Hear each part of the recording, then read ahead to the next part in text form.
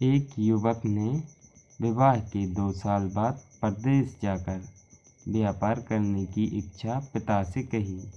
पिता ने स्वीकृति दी तो वह अपनी गर्भवती पत्नी को माँ बाप के जिम्मे छोड़कर व्यापार करने चला गया और फिर परदेश में मेहनत से बहुत धन कमाया और वह धनी सेठ बन गया।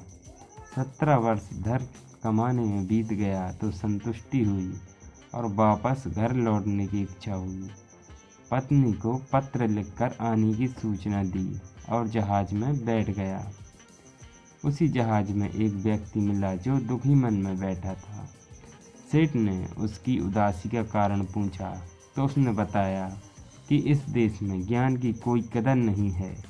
मैं यहाँ ज्ञान के सूत्र बेचने आया था पर कोई लेने को तैयार नहीं है। सेठ ने सोचा, इस देश में मैंने बहुत धन कमाया है और यह मेरी कर्म भूमि है, इसका मान रखना चाहिए। उसने ज्ञान के सूत्र खरीदने की इच्छा जताई। उस व्यक्ति ने कहा, मेरे हर ज्ञान सूत्र की कीमत 500 स्वर्ण मुद्राएं हैं। सेठ को सौदा तो बहुत महंगा लग रहा था, लेकिन कर्म भूमि का मान रखने के लिए 500 मुद्राएं दे दी। व्यक्ति ने ज्ञान का पहला सूत्र दिया, कोई भी कार्य करने से पहले 2 मिनट रुककर सोच लेना। सेठ ने सूत्र अपनी किताब में लिख लिया। कई दिनों की यात्रा के बाद रात्रि के समय सेठ अपने नगर को पहुंचा। उसने सोचा, इतने साल बाद घर लौटा हूं तो क्यों न चुपके से बिना खबर दिए सीधे सरप्राइज दूंगा। घर के द्वारपालों को मौन रहने का इशारा करके सीधे अपनी पत्नी की कक्ष में गया तो वहां का नज़ारा देखकर उसके पांव के नीचे ज़मीन खिसक गई। पलंग पर उसकी पत्नी के साथ एक युवक सोया हुआ था। अत्यंत क्रोध में सोचने लगा कि मैं परदेश में से इसकी चिंता करता रहा और यहाँ अन्य पुरुष के साथ आज मैं दोनों को जिंदा नहीं छोड़ूंगा। क्रोध में तलवार निकाल ली।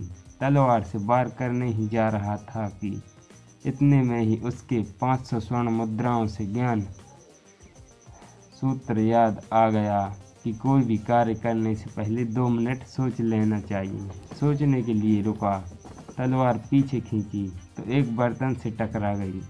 बर्तन नीचे गिरा तो पत्नी की नींद खुल गई।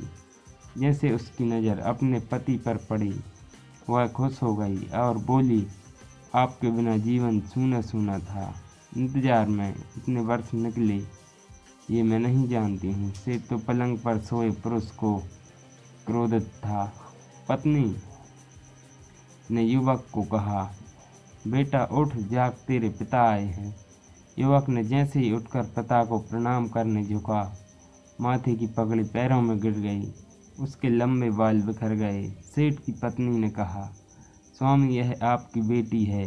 पिता के बिना इसके मान का कोई आँच न आए, इसलिए मैंने इसे बचपन से पुत्र का सम्मान ही पालन पोषण और संस्कार दिए हैं। तो हमारी कहानी अगर अच्छी लगी हो तो हमारे चैनल को सब्सक्राइब ज़रूर करें, क्योंकि ऐसी ही मोटिवेशनल कहानी हम आपके लिए लाते रहेंगे।